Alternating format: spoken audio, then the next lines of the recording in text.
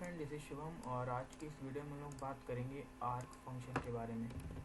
Arc function क्या होता है और कैसे वर्क करता है। ठीक है, तो आर्क फंक्शन के बारे में जानने से पहले हम लोग ये देख लेते हैं आर्क होता क्या है। तो देखिए, arc is the circumference of a circle. Arc is the portion of the circumference of a circle. ठीक है, जो आर्क होता है ये सर्किल है, तो इसकी जो पूरी सर्कमफ्रेंस है यही आर्क होती है। ठीक है, अब इसको ड्रॉ कैसे करते हैं, तो इसके लिए हमारे पास एक फंक्शन होता है आर्क, इसका नाम आर्क होता है। इसमें 5 आर्गुमेंट होते हैं। पहला X comma Y as it is, जैसे हमारे पिछले फंक्शन में थे, हमारी स्क्रीन की एक्सिस और पोजीशन। और दूसरा होता है सेट एंगल होता है, एक एंड एंगल होता है, और पांचवा होता है रेडियस। एक्स कॉमा वाई हमारी स्क्रीन की लोकेशन, सेट एंगल और एंड एंगल, किस एंगल से सेट करके हमको किस एंगल तक बनाना है, और रेडियस। ठीक है, कितने रेडियस का हमारा आर्क होना चाहिए। देखिए, सेट एंगल और एंड एंगल क्या होता है, मैं यहाँ पे समझा देता हूँ। देखिए, सर्किल कब बनता है, जब एंगल हमारा 0 से 360 होता है तो वो सर्किल होता है। ठीक है, अब वो भी डिवाइड होता है, अब वो भी कई पार्ट्स में डिवाइड होता है, हमको कितना चाहिए। ठीक है, तो देखिए 0, 90, 270, सॉरी 180, 180, 270। ठीक है, तो देखिए यहाँ पे हम जो हमारा आर्क ड्रॉ होता है वो right to left angle wise draw होता है। ठीक है, वो सेट एंगल और एंड एंगल के हिसाब से होता है, पर ऐसा नहीं है कि हमेशा राइट टू लेफ्ट ड्रॉ हो, आप इसका एंगल भी चेंज कर सकते हैं। ठीक है, पर जो नंबरिंग की जाती है, जो एंगल सेट किया जाता है, वो राइट ड्राइंग हमारी राइट टू लेफ्ट ही चालू होती है। ठीक है, तो यहाँ पे देखिए सेट एंगल क्या है। देखिए, सेट एंगल, अगर सेट एंगल की वैल्यू हम लोग अगर 0 दे रहे हैं, हाँ तो स्क्रीन बड़ी कर लेते हैं ना। अगर सेट एंगल की वैल्यू हम लोग 0 दे रहे हैं और 90 दे रहे हैं एंड एंगल की वैल्यू, ये सेट एंगल हो गया और ये एंड एंगल हो गया। ठीक है, जो कि हमारे आर्गुमेंट्स हैं यहाँ पे एक्स कॉमा वाई स्क्रीन के, और सेट एंगल, एंड एंगल और रेडियस। ठीक है, तो हमारा जो आर्क ड्रॉ होगा केवल इतना ड्रॉ होगा। ठीक है, देखिए 0 से 90 हमारा इतना ही तो है, इतना ड्रॉ होगा। ठीक है, सेट एंगल की वैल्यू हम लोग अगर सेट एंगल की वैल्यू अगर 0 ही रहती है और एंड एंगल की वैल्यू अगर हम लोग 270 कर देते हैं, तो हमारा जो आर्क होगा, देखिए 0 से चालू है, ये 0 से चालू है, 270 हमारा कहाँ पे, यहाँ पे है, तो इतना ड्रॉ होगा, इतना आर्क हमारा ड्रॉ होगा। ठीक है, 0 से 270। ठीक है, तो ये जो जिस एंगल से स्टार्ट करना है वो होता है सेट एंगल, और जिस एंगल तक जाना है वो होता है एंड एंगल। ठीक है, और देखिए अब जरूरी नहीं कि सेट एंगल की वैल्यू 0 ही हो, आप इसको कुछ भी कर सकते हैं, आपको जैसा आर्क चाहिए। ठीक है, जैसे हम लोग ने सेट एंगल की वैल्यू यहाँ पे 90 कर दी, हाँ, और एंड एंगल की वैल्यू 270 रखी, तो देखिए सेट एंगल हमारा ये सेट 90 यहाँ पे सेट हो गया, और 270, तो हमारा इतना आर्क ड्रॉ होगा। ठीक है, सेट एंगल 290 रखा और एंड एंगल हमने 270 रख दिया, तो हमारा इतना आर्क ड्रॉ होगा। तो देखिए इसको हम लोग यहाँ पे प्रैक्टिकली देख लेते हैं। ठीक है, देखिए अभी हम लोग ने एक्सेस हमने ली हैं 200, 300 और 180, 90 और फिर रेडियस 50 ली। देखिए पहले हम लोग इसको देखते हैं कैसे ड्रॉ होगा ये। ठीक है, 180, कितना है, 180, 90 है। तो देखिए पहले डायग्राम में देखते हैं क्या लोकेशन होगी इसके ड्रॉ होने की। देखिए सेट एंगल हमारा क्या है, हमारा 180 ना, सेट एंगल ये हो गया, और प्लस कहाँ तक जाना है, 90 तक, तो हमारा सेट एंगल ये 90, इतना हमारा आर्क ड्रॉ होगा, कितना, सॉरी, इतना ड्रॉ होगा। ठीक है, तो इसका आउटपुट अब देख लेते हैं हम लोग। ठीक है, तो सेट एंगल और एंड एंगल की वैल्यू आप जैसे जैसे करेंगे उसी के हिसाब से हुई। देखिए मैं 0 से 90 का एक बना के दिखा देता हूँ। 0 से 90 जैसे कि डायग्राम में भी दिख रहा है हमारा, देखिए 0 से 90 इतना ही है, इतना पोर्शन ड्रॉ हो गया है। पूरा सर्किल चाहिए तो 0 से 360 कर देंगे हम लोग यहाँ पे।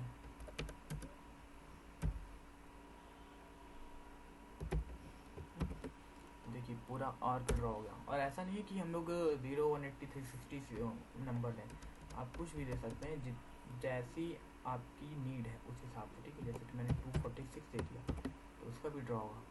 देखिए इतना ड्रॉ होगा ना, देखिए 246 कहाँ गया, यहाँ कहीं पड़ रहा होगा, यहाँ पे कहीं 246 हो रहा होगा, तो देखिए उतना ही सर्किल ड्रॉ होगा। ठीक है, अब ये तो हो गया आर्क फंक्शन के बारे में। बस आपको सेट एंगल एंड एंगल की वैल्यू को सही से फिट करना है, ठीक है। और एक्स वाई हमारे जैसे पिछले फंक्शन में एक्सेस होती थी, वो भी यहाँ पे एक्सेस है।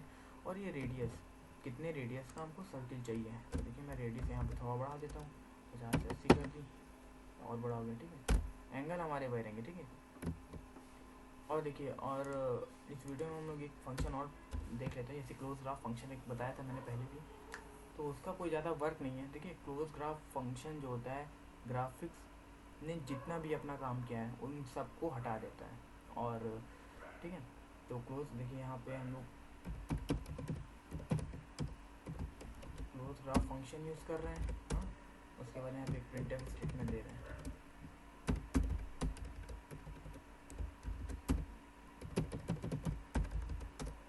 फिर गेट ch,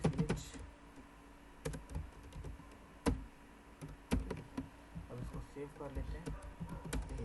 क्लोज ग्राफ जो होता है, ग्राफिक्स ने जितनी भी मेमोरी एलोकेट की है ग्राफिक्स को चलाने के लिए, उन सबको रिलीज कर देता है, ठीक है। तो देखिए अभी ये कलर क्या है, क्लोज ग्राफ स्पेलिंग गलत लिखी है, GRAPH। सेव करते हैं, रन करते हैं, ठीक है। तो देखिए हम लोग अब हमारा मैसेज, अब ये हुआ क्या है यहाँ पे, देखिए यहाँ तक तो आर्क ड्रॉ हो गया। अब ये क्लोज ग्राफ फंक्शन मिल गया, इसने ग्राफिक्स के जरिए जितनी भी मेमोरी एलोकेट हुई है उसको इसने डी एलोकेट कर दिया, ठीक है। उसके बाद हमारा गेट ch स्टेटमेंट, एक जब तक कोई की प्रेस नहीं होगी तब तक कंट्रोल नहीं रुका रहेगा।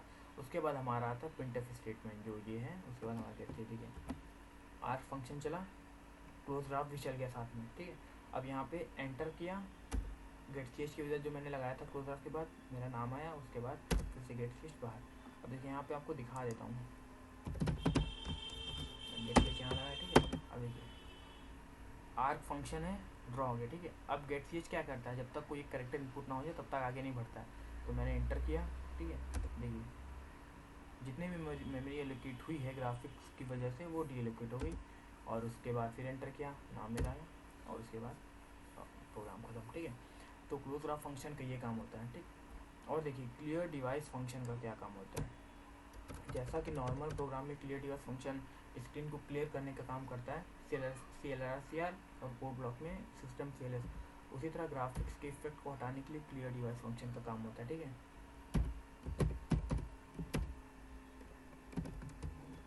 क्लियर डिवाइस फंक्शन में लिख दिया। तो देखिए ये भी हुआ, गेट ch की वजह से भी ये डायग्राम है हमारा। एंटर किया, सारे इफेक्ट चलेगा, मेरा नाम आया, उसके बाद प्रोग्राम खत्म, ठीक है। माइनर तो बहुत डिफरेंस होता है क्लियर डिवाइस और क्लोज ग्राफ फंक्शन में। क्लोज ग्राफ अगर आपने ग्राफिक्स का प्रोग्राम चलाने, जैसे ग्राफिक्स का आपने पूरी कोडिंग की और बीच में कहीं भी क्लोज ग्राफ लगा दिया, तो उसके बाद अगर आप ग्राफिक फंक्शंस बनाएंगे तो वो ड्रॉ नहीं होंगे। देखिए मैं दिखा देता हूँ, जैसे यहाँ पे ये क्लोज ग्राफ फंक्शन यहाँ कर दिया, और उसके बाद एक सर्किल ड्रॉ कर रहा है 200,180 पे 40 का, इसको रन किया, क्या एरर है, स्पेलिंग गलत है, CL ओ, ठीक है। सेव किया, तो देखिए ये बना, सर्किल देखिए नहीं बना, ठीक है। जबकि मैंने क्या किया, क्लोज ग्राफ के बाद सर्किल फंक्शन का यूज़ किया है, तभी सर्कल नहीं बनना है, ठीक है। देखिए ये बना, उसके बाद स्क्रीन डायरेक्ट चलेगी, ठीक है। क्लोज ग्राफ हुआ, सर्किल फंक्शन नहीं बना, गेट ch। अब यहाँ पे हम लोग यही क्लियर डिवाइस का यूज़ करते हैं ज़रा।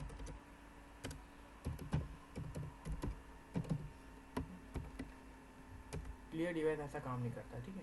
Clear device, close graph function और क्लियर डिवाइस फंक्शन में बस यही डिफरेंस है।